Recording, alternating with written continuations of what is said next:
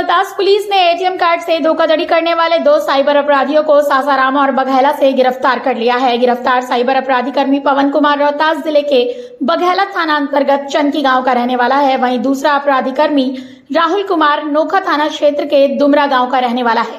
Der स्थित police अधीक्षक कार्यालय में प्रेस वार्ता के दौरान जानकारी देते हुए रोहतास एसपी विनीत कुमार ने बताया कि काराकाट थाने में एक दुकानदार के पेटीएम से 48,000 रुपए की धोखाधड़ी करने का मामला दर्ज किया गया था। ये अभी तक का हम लोगों के जो रोहतास जिले के अनुभव में ये पहला कांड है इस तरह का। काराकाट थाना में कांड दर्ज हुआ था 208-23। ये फर्जीवाड़ा और आईटी एक्ट में दर्ज किया गया था। इसमें एक व्यक्ति मुकेश कुमार जी हैं काराकाट के। ये इनका कहना था कि इनकी दुकान में 48,000 रुपये की खरीदारी की गई व्यक्ति के द्वारा और बाद में बिना इनकी मर्जी के वो पैसा उसको फिर से रिफंड चला गया। हम लोगों ने कांड दर्ज किया था। इस संबंध में जो हमारे केस के इन्वेस्टिगेटिंग ऑफिसर हैं सब इंस्पेक्टर नेहा कुमारी, इनके द्वारा इस कांड में अनुसंधान करते हुए सीसीएमयू से मदद ली गई। हम लोगों ने पेटीएम कंपनी से भी इसमें नोटिस दे के जानकारी प्राप्त की। इस जानकारी के आधार पर हम लोगों ने इस केस को जो डिटेक्ट किया तो अब तक ये समझ में आया कि 2 गिरफ्तारी अब तक हुई है और एक अभियुक्त जो है अभी फरार चल रहा है।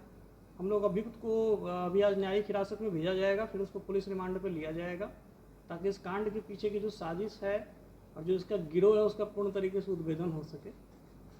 सर इसमें जो पेमेंट जो फ्रॉड करते हैं इसका क्या टेक्निक वो लोग फॉलो? इसके अभी तक जो पूछताछ में जो समझ में आया है कि जो व्यक्ति है जो अभी अरेस्ट हुआ है पवन और एक राहुल है, तो पवन जो है ये काम करता था दिल्ली में और दिल्ली में ये पेटीएम कंपनी का जो फील्ड एजेंट चले हुए हैं कि मर्चेंट जो दुकानदार होते हैं उनमें ऐप को इंस्टॉल कराते हैं, उनको कमीशन मिलता है।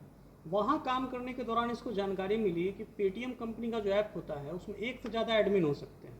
जैसे मान लीजिए कि कोई दुकानदार है, उसने अभी इंस्टॉल कराया तो कस्टमर जो दुकान पे बैठा हुआ है आता है दुकान पे, तो कई बार मालिक को देखने की ज़रूरत पड़ती है कि मेरे स्टाफ के द्वारा क्या ट्रांजैक्शन किया गया। तो एडमिन राइट्स एक से ज़्यादा लोगों के पास हो सकते हैं।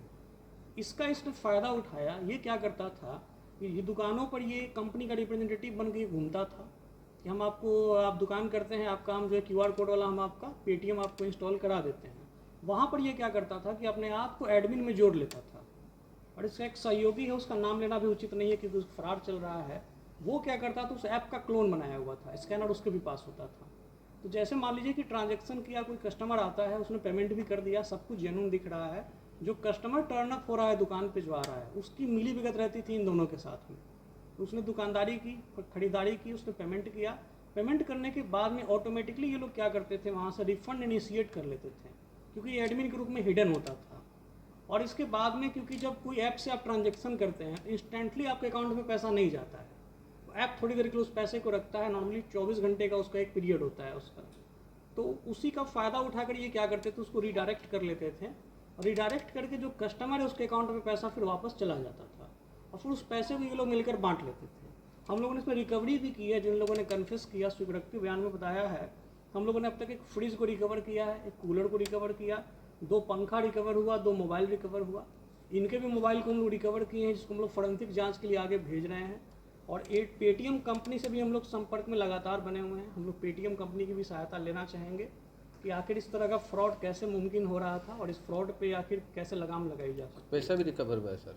पैसा की रिकवरी की स्थिति जो है अभी तक जो है खर्च कर दिया गया था, सामान अभी बरामद हुआ है और अभी हम लोग चूँकि पेटीएम से हम लोग को मदद मिलने पर ज़्यादा क्लियर हो पाएगा कि उनका जो बेसिकली क्लोन ऐप है उस अकाउंट में कितने पैसे हैं ये हम लोग को पता लग जाएगा। तो हमको लगता है कि 2-3 दिनों में और ज़्यादा क्लियरिटी आ जाएगी। हम लोग न्यायालय से भी इनका पुलिस रिमांड ले रहे हैं ताकि हम लोग कितने लोगों के साथ सर ऐसा अभी तक देखिए, अभी तक कुल मिला के 6 लोग अब तक सामने आ चुके हैं उस इलाके के, जिनका कहना है कि उनके साथ डायरेक्टली ये हुआ। उन्होंने बाय फेस पहचाना भी कि यही व्यक्ति था और अभी तक ये जानकारी नहीं कि कुल कितने लोग इनके द्वारा जो धोखेदारी की इनके द्वारा की गई है। सर आम यूजरों के साथ भी ऐसा होता है?